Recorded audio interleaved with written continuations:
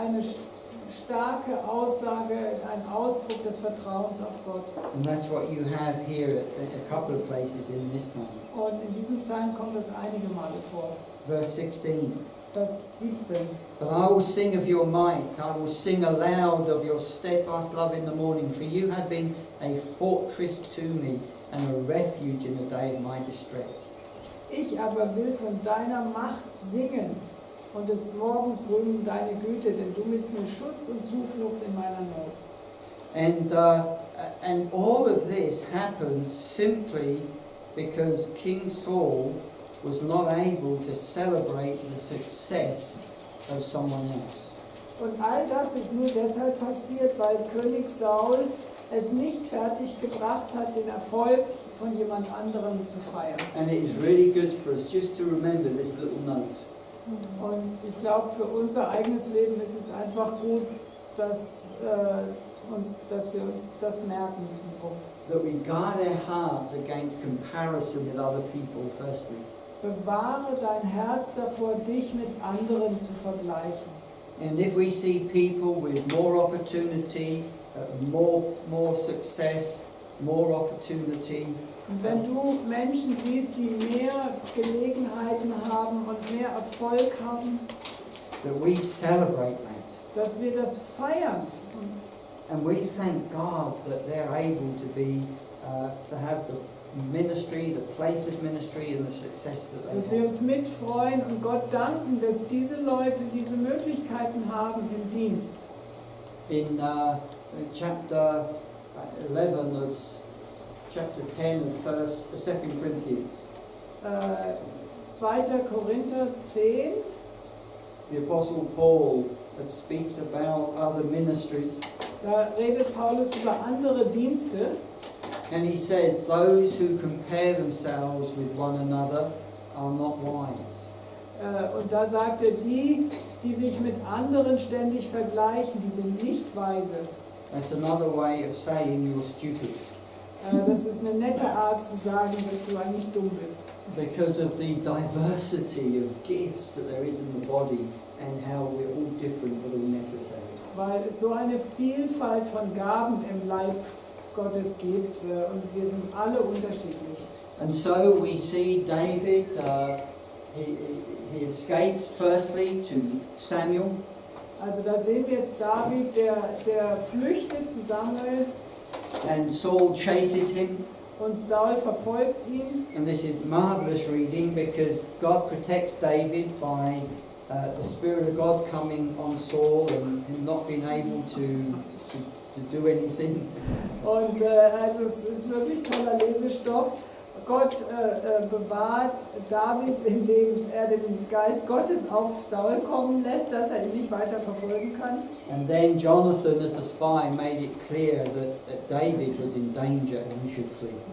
Und Jonathan ist dann wie ein Spion, der David dann einfach sagt, du bist in großer Gefahr und musst fliehen. Now, I'm going to move through this next bit quite quickly, so if this interests you, you have the PowerPoints, because I have the actual different journey and things, the direction he went on. Also jetzt geht es ziemlich schnell, wenn dich das interessiert, musst du es auf den PowerPoints genauer nochmal anschauen. We first went from Samuel to a place where it seems the tabernacle was. Also zuerst ist David geflohen von Rama nach Nob, wo die Stiftshütte war. And like any fighter on the run, he needed food and weapons, and that's what he got there. Und wie jeder Krieger, der auf der Flucht ist, was braucht man? Zu essen und Waffen. And Und so, das hat er da bekommen. he actually left the country Dann ist er außer Landes gegangen. and went to the Philistines in Gath. Dann ist er zu den Philistern übergelaufen nach Gath. Now that was a little bit of an interesting choice. Ist natürlich eine etwas spannende Wahl, die er da sich ausgesucht hat, Because he'd just been killing these people. weil er gerade 100 von ihnen umgebracht hat. And it seems that the YouTube's download had also happened in Gath, and they had a copy of this song. Und anscheinend haben auch die Leute in Gath von dem Siegeslied gehört. Verse 11, Vers 11. Isn't this the person who they say Saul kills his thousands, but David is 10,000? Und sie sagen untereinander, ist das nicht der Typ, über den sie singen, Saul killt Tausende und der bringt Zehntausende um? And those 10,000 are Philistines. Und diese Zehntausenden, das sind unsere Leute, die Philister. And therefore he was in rather an awkward situation. Und das war eine bisschen unangenehme Situation für David. He was in the camp of the king of Gath. Er war mitten im Lager des Königs von Gad. And the way he got out of it was by acting like a madman. Und die einzige Möglichkeit, wie er da fliehen konnte, war, indem er sich verrückt gestellt hat. Now, I don't know how he did that, but it must have been convincing. Ich weiß nicht, wie er das geschafft hat, aber offensichtlich muss er ein überzeugender Schauspieler gewesen And the sein. king says, I've got enough madmen, get this guy out. Und der König hat nur gesagt, ich habe schon genug verrückte Leute, schmeiß den mal raus. But in Psalms, we have Psalm 56, which apparently was out of this situation. Und dann gibt es Psalm 56, der anscheinend aus dieser Situation rausgeschrieben worden ist. And there's also a refrain in this psalm. Und da gibt es auch wieder einen Kehrvers in diesem Psalm. Let's just look at that quickly. Schauen wir uns das kurz an. Also Vers 5. In God whose word I praise, in God I trust, I am not afraid, what can flesh do for me? Ich will Gottes Wort rühmen, auf Gott will ich hoffen und mich nicht fürchten. Was können mir Menschen tun? And what a powerful declaration when he was in a very, very dangerous situation. Was für eine kraftvolle Aussage mitten in einer sehr, sehr gefährlichen Situation. Psalm 34 is also out of this situation. Psalm 34 bezieht sich auch auf die gleiche Situation. And again you get the typical lament structure. Und auch da ist wieder die Klageliedstruktur. So from there he escapes to the cave of Adullam on the Judean hills. Von Gad flüchtet er in die Höhle von Adullam. And then, knowing his whole family was in danger, he took his parents and agreed that they could go to Moab and live safely in the country of Moab. Und weil ihm bewusst wurde, dass seine ganze Familie in Gefahr ist, hat er seine Eltern genommen und sie nach Moab gebracht, wo sie in Sicherheit leben konnten. And then he came and was in this area called the forest of Hereth. Und dann hielt er sich in dieser Gegend auf, der Wald von Hereth war. And then we have the tragic situation where the priests that helped David with food and weapons were all slaughtered by Saul. Und dann kommt diese tragische Geschichte, wo die Priester, die David in Not geholfen haben und ihn versorgt haben, alle abgeschlachtet werden von Saul. And that was a tremendous grief to David, and out of that we have Psalm 52. Und das hat David tief betroffen gemacht und daraus heraus entstand Psalm 52. And there was just one priest that escaped, Ein einziger Priester konnte entkommen and that was priest Abiathar. und das war Abiathar. Now, that is in 22 verse 20. Also die Geschichte steht in Kapitel 22, Vers 20. Now, all the time, David was gathering a group of warriors with him. Und während der ganzen Zeit hat David angefangen, andere Krieger um sich zu sammeln. And so his band of soldiers was growing. Also seine Gruppe von Soldaten wuchs. And what they did as warriors, they actually did what a king should do, and that is protected the people. Und dann haben sie als Krieger das getan, was eigentlich ein König tun sollte, nämlich sie haben die Leute beschützt. And the Philistines were attacking a city called Caliph. Und kennen Sie? Yes. Keilah, sorry, Keilah, this city here. What happened? the Philistines Ja, und were die Philister attacking haben the city. Keila angegriffen. And David went and protected, delivered the people of Keilah.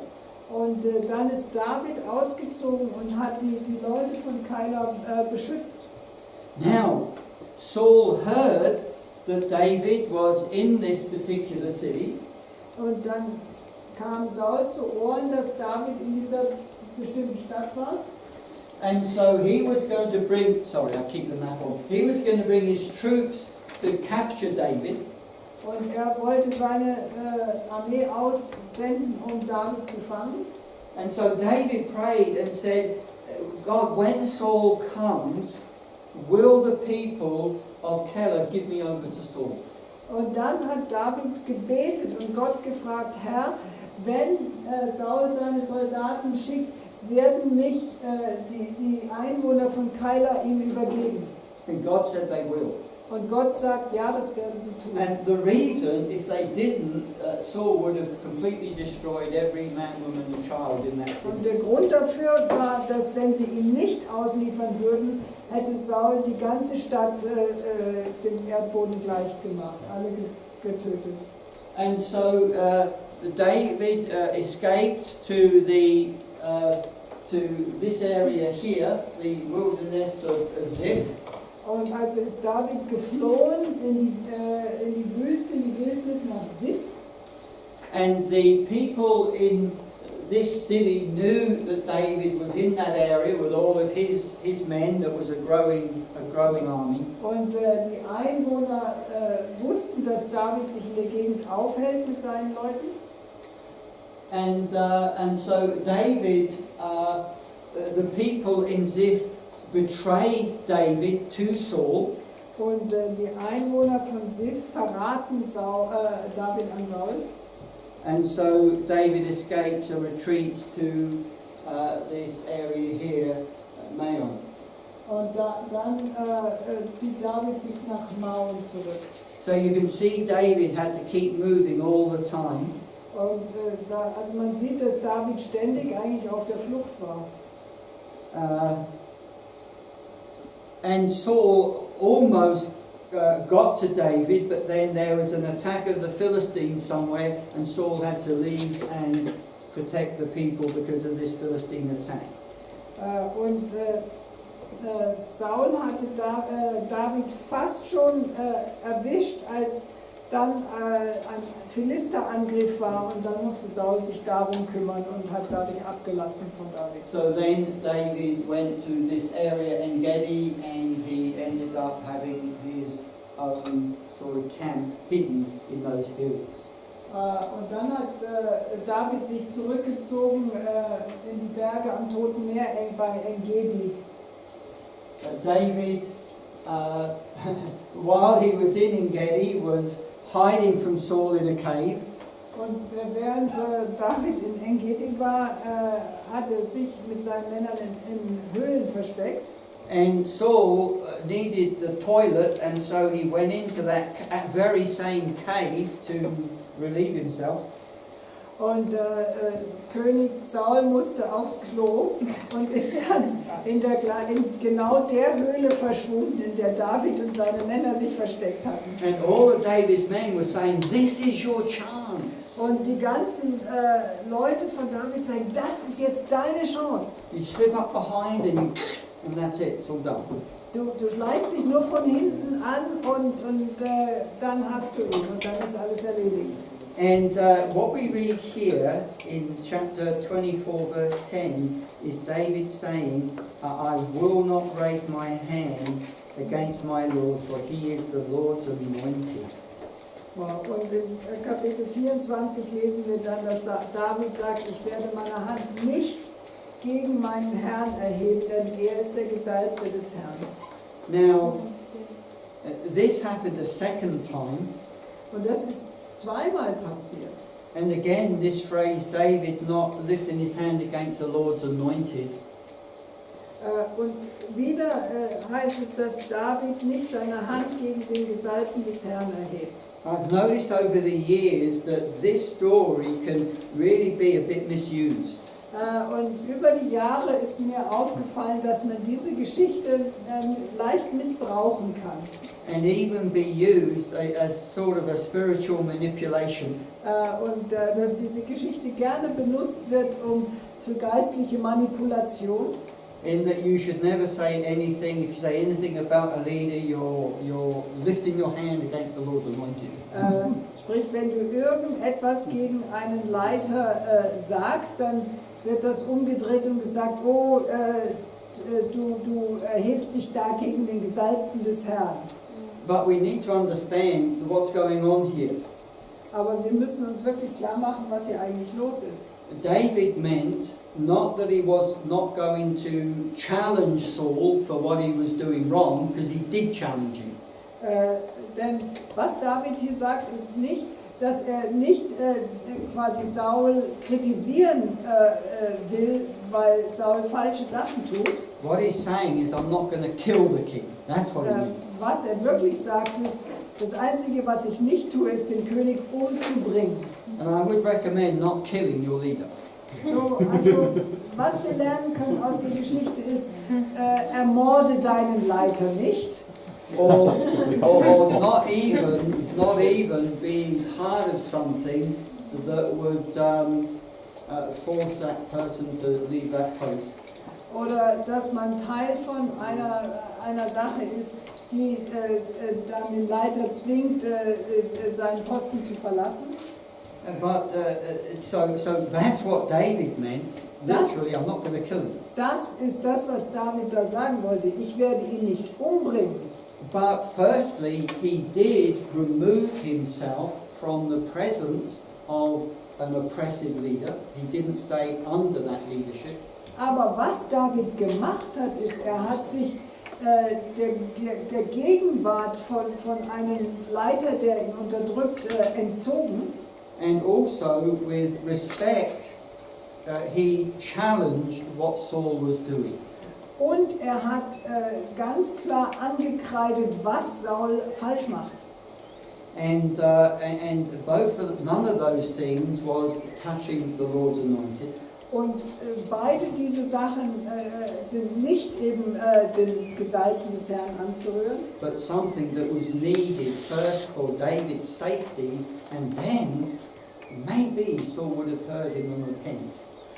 Sondern zuerst ging es darum, einfach sich selbst in Sicherheit zu bringen und zweitens die Hoffnung, dass Saul davon hört und umkehrt und Buße tut.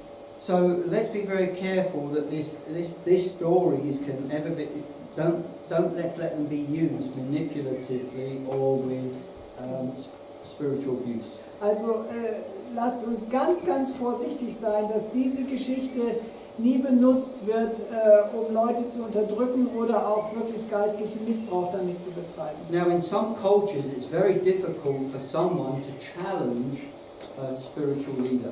In manchen Kulturen ist es sehr, sehr schwierig, für jemanden, einen geistlichen Leiter, zur Rede zu stellen.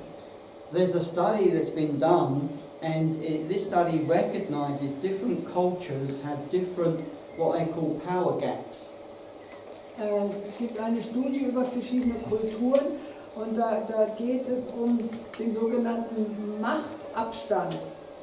And in some cultures, the power gap is very big between a leader and just the people.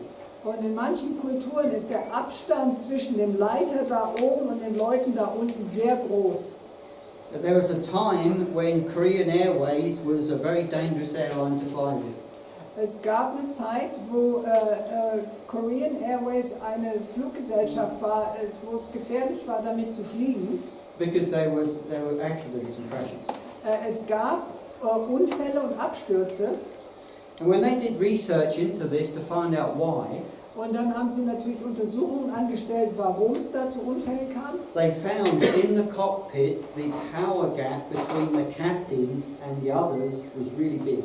Haben sie herausgefunden, dass im Cockpit der Machtunterschied zwischen dem Piloten und dem Co-Piloten und den anderen sehr groß war. And so the captain could be making a mistake in what he was doing, but the people there were not able in the culture to challenge him. Zum Beispiel konnte es passieren, dass der Flugkapitän, der Pilot des Fluges, einen gefährlichen Fehler macht, aber der Co-Pilot oder die anderen im Cockpit haben sich nicht getraut, ihn darauf hinzuweisen.